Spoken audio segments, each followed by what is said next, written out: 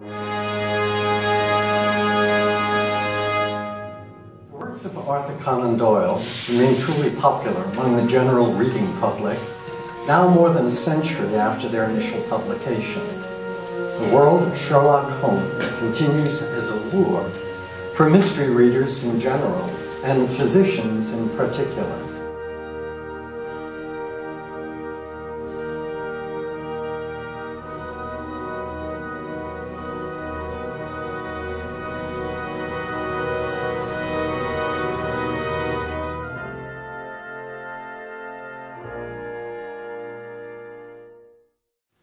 For after all, doctors and detectives share the same task, and often the same talents and skills in seeking to identify a solution to a problem. A solution for which for the physician may help avert a patient's death, or for the detective may identify the cause or the perpetrator of a victim's death. The undertaking may be elementary for Sherlock Holmes, but the process is anything but elementary for other mortals engaged in the initiative. Sherlock set the bar high for himself. He described himself as craving for mental exaltation. He went on to say, "That is why I have chosen my own particular profession, or rather created it. For I am the only one in the world, the only unofficial consulting detective."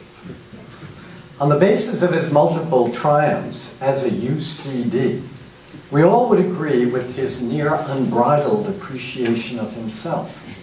But we would also be curious as to the source of these great powers.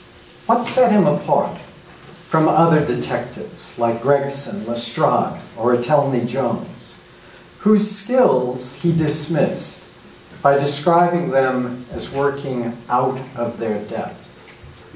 We must ask, what is the source of Sherlock's almost superhuman abilities to solve what mystified others? What made him the last and highest court of appeal in detection? Since he identifies himself as the major domo in the field, it seems fitting to judge him by his own standards. Standards which he enumerated in the sign of 4. In his description, in a less than complimentary assessment of his French counterpart, the detective François Bouillard. He describes the detective as lacking one of the 3 components necessary for a successful detective. He has the power of observation, 1, the ability to reason by induction, 2, but he is deficient in the critical component of knowledge, 3. So what kind of knowledge does a detective need?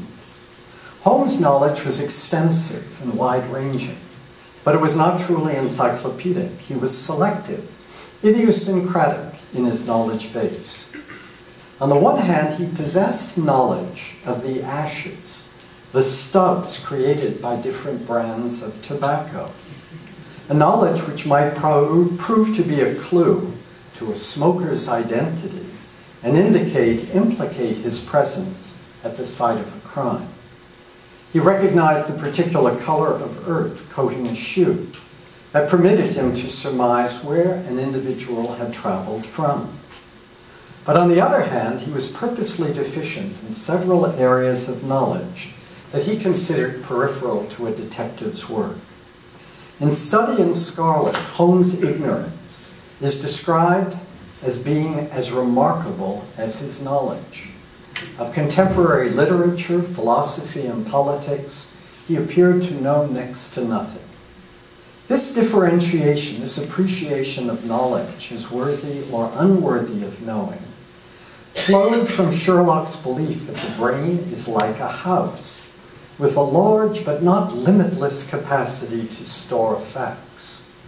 Any new ideas would necessitate displacement of the other facts from the limited housing available in one's brain.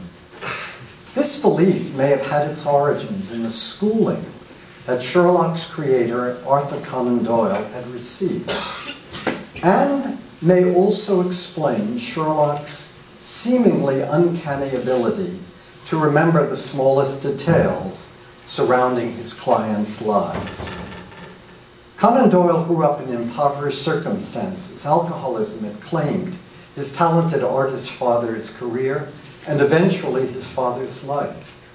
Doyle was rescued from this limited background through an uncle's generosity, which permitted him to attend a Jesuit boarding school in Lancashire, England. His education there included a deep immersion in the classics and the study of Greek, Latin, and French. An additional year was spent in another Jesuit boarding school in Austria, where he learned German and perfected his French. He describes translating Cicero from Latin into German in one of his frequent letters to his mother, Mary Doyle. Memorization would have been a skill that was finally honed and praised during his schooling by the Jesuits. His teachers may have capitalized upon a technique that has been part of Jesuit didactics for centuries. It was the theme of Jonathan Spence's book, The Memory Palace of Matteo Ricci, who ascribed the idea of memory training by precise placement to the Greek poet Simonides. The purpose of the memory palace was to provide storage space for the many concepts that make up the sum of our knowledge. One takes a mental walk through the rooms of a familiar or imagined house or palace and links facts to be remembered with specific items of furniture in the rooms. One recalls these stored facts by repeating the journey through the rooms and connecting the facts with the objects displayed. Sherlock describes a similar wandering in his brain's housing, in the act of recalling information from the attic of his mind. Sherlock's creator may have developed his superior memory by erecting homes with capacious and numerous rooms that initially housed Latin, Greek, German, and French vocabulary, but subsequently became the housing for the details important in a detective's work. Learning languages may have advantaged Conan Doyle and his alter ego Sherlock in another and equally important way. Conan Doyle attended the University of Edinburgh Medical School, during which he, like all medical students, would have to acquire a new vocabulary of approximately 30,000 words or phrases. Many of these words would have their etymologic source in Latin, Greek, French, and German roots, and therefore he would be aided by his study of language. But language skills may confer an advantage that extends beyond the command of vocabulary in the classroom. These skills may facilitate the task of the diagnostician at the bedside. The act of diagnosis has been likened to the process of translation, where ideas and concepts from one language, the words and symptoms of the patient, are translated into the second language of medical diagnosis. Diagnosis is a form of semiotics, where the reading of a patient's signs and symptoms precedes the translation of these observations into the language of medicine. A grounding in the exercise and discipline of studying language might be excellent rehearsal for a subsequent career in medical or criminal science. Perhaps the neural networks and connections laid down in the mastery and translation of language can be rebooted, be transferred to address the complicated terrain of diagnosis and detection. The foremost clinician in medicine, Sir William Osler, preempted the modern and postmodern scholars of semiotics with his strong advice for medical students to use the patient as their text. It was in this context of the patient as text that Conan Doyle witnessed and learned the art of diagnosis while a medical student, working with Osler's Scottish counterpart, Dr. Joseph Bell. Joseph Bell was an outstanding physician and scientist. He was one of the foremost medical teachers in Edinburgh in the latter half of the 19th century, when this Scottish city was the epicenter of medicine throughout the world. Dr. Bell, like Sir William Osler, deserves the epithet of Renaissance man with wide-ranging interests and involvements inside and outside medicine. He had also received an education in the classics that was near identical to the education that Conan Doyle subsequently received. He chose Conan Doyle to be his clerk in his surgical clinic, perhaps responding to, recognizing a person who resonated with himself. In the clinic, the future doctor observed Bell's skills in medical translation that would become the centerpiece of Sherlock Holmes' fame as a brilliant scientific detective. Bell was a very skillful surgeon, but his real skill was as a diagnostician, not only of disease, but of the occupation and character of his patients. It was his dictum that doctors had to be not only learned, but also immensely attentive to all of the features of a patient. The same words as applied by Sherlock Holmes to the role of the detective. Do not just look at a patient, but feel him, probe him, listen to him, even smell him. Conan Doyle gave an oft-quoted illustration of Bell's diagnostic powers in an encounter with a patient. "We, my man, you have served in the army?" "Aye, sir." "Not long discharged?" "Nay, sir." "A Highland regiment?" "Aye, sir." "A non-com officer?" "Aye, sir." "Stationed at Barbados?" "Aye, sir." He explained his method by pointing out the man had not removed his hat, which is what they do in the army. He must have been recently discharged, since he had not adopted civilian ways. He has an air of authority and is obviously Scottish. As to his complaint of elephantiasis, this would station him in Barbados and not Britain. It's a logical analysis, but oftentimes it's an intuitive leap, but it's more than guesswork. It requires that one eliminate all other possible explanations for a crime or an illness before indicting a final cause. It necessitates not leaping to a false conclusion on the basis of inadequate evidence, the so-called trigger phenomenon in clinical reasoning. But it's more than applying the rules. With this kind of ability, there are factors in play which cannot be measured. A whiff, a glance, a curiosity about other people and their lives. We speak of gifted clinicians, of a doctor's doctor, and I suspect we should speak of a detective's detective, a role Sherlock is described as frequently playing when he rescued the other crime sleuths who were in over their heads. These individuals seem to be able to read a situation better than others. Their antennae appear more sensitive to the minor clue. Is this ability something innate? In the cardboard box, he literally reads Watson's mind by reading his facial expressions, describing his thoughts and feelings based only on what he sees in Watson's face. This ability would have positioned him to find elementary what others found difficult or impossible. But this gift might have led to trade-offs that help us to understand some unusual aspects of Sherlock's life. Its presence might explain an absence in his life. Super-mindfulness may have interfered with his ability to participate in the give and take that normal human relationships require. his lifelong bachelorhood, the near absence of female presence in his life, could have many other explanations. But supermind alertness might create a nakedness that eliminates any mystery from encounters with the opposite sex.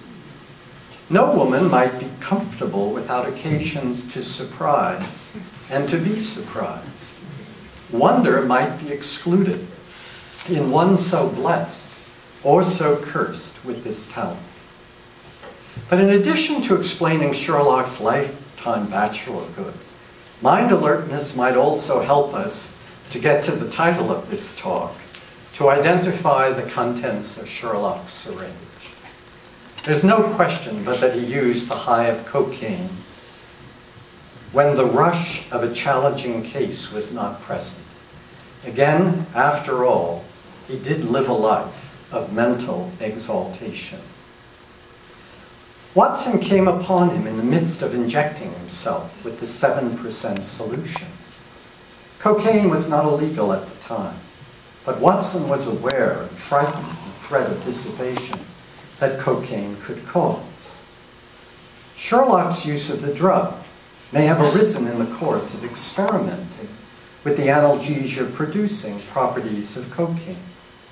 Sherlock's creator may also have known of real-life counterparts, Sigmund Freud, but also of another addict during the same period who continued to live a successful, although narrow life in spite of his lifelong cocaine habit. William Stewart Halsted, the father of American surgery, the man responsible for surgical training programs up to the present time, was a cocaine addict, but continued to live a successful, although narrow life in spite of his lifelong cocaine habit. He became addicted to cocaine while experimenting with the drug as a local anesthetic. His addiction was known to few of his colleagues. His surgical performance and discoveries never suffered. Like Sherlock, he lived a life somewhat removed from social circles, a true departure from the ebullient, charismatic individual he was as a young man prior to succumbing to the cocaine habit. Halsted attempted at many times in his life to kick the cocaine habit, but was always unsuccessful. The same fate did not befall Sherlock. It may have been that morphine allowed him to move away from cocaine. But could there have been other contents in his syringe? Could he have discovered an extrinsic source for enhancement of mind alertness in the course of his scientific experiments? What lessons had he learned from his creator, Conan Doyle? In a letter to his mother in 1879, Doyle describes experimenting upon himself with gelsemium, a herbal medicine derived from yellow jasmine and used to treat neuralgia. He details increasing the dose until 200 minims, with some curious physiologic responses. His paper on gelsemium as a poison appeared in the British Medical Journal later the same year. He had survived the threat of death in experimenting with this strychnine-related tonic.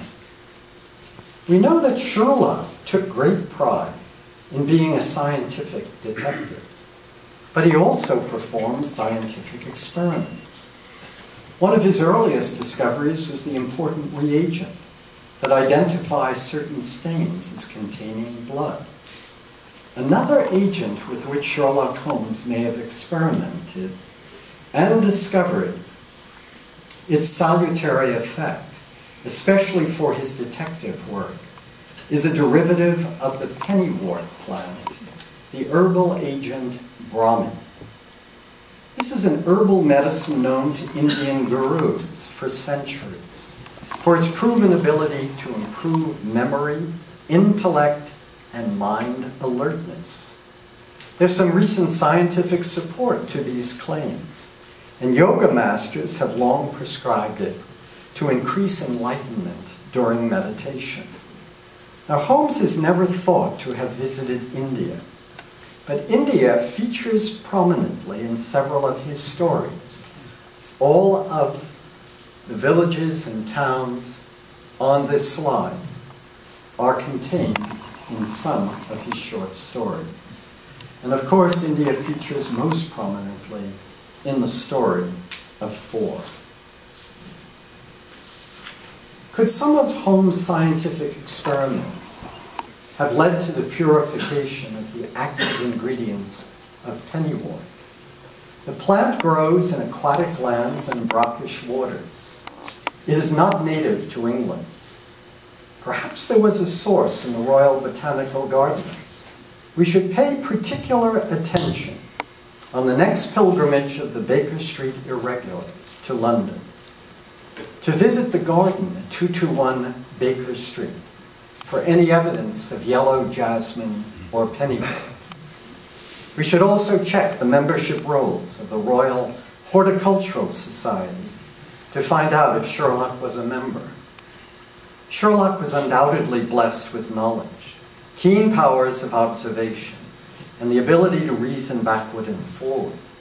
But was he further advantaged by performance-enhancing drugs? Was he the model of a thoroughly modern detective? Now, in order to help the leader of our group, Dr. Musto, on that pilgrimage, we have here actually the plant from which Brahmi is derived. This is Bacopa, available at Greenbrier, our local nursery, so you will know what to look for on that particular venture. Thank you very much.